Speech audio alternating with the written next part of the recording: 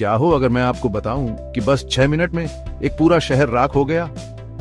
ये था ओनल सेंट्स डे 1755। लिस्बन जश्न में डूबा हुआ था, लेकिन किस्मत को कुछ और ही मंजूर था।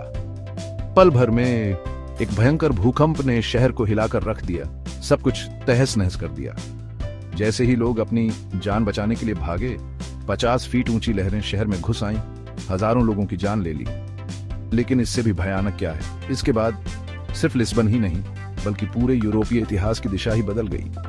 कैसे एक 6 मिनट की तबाही ने ऐसे घाव दिए जो आज भी समय के साथ गूंजते हैं। लाइक, शेयर और सब्सक्राइब करें इतिहास की और भी भूली हुई त्रासदियों को जानने के लिए।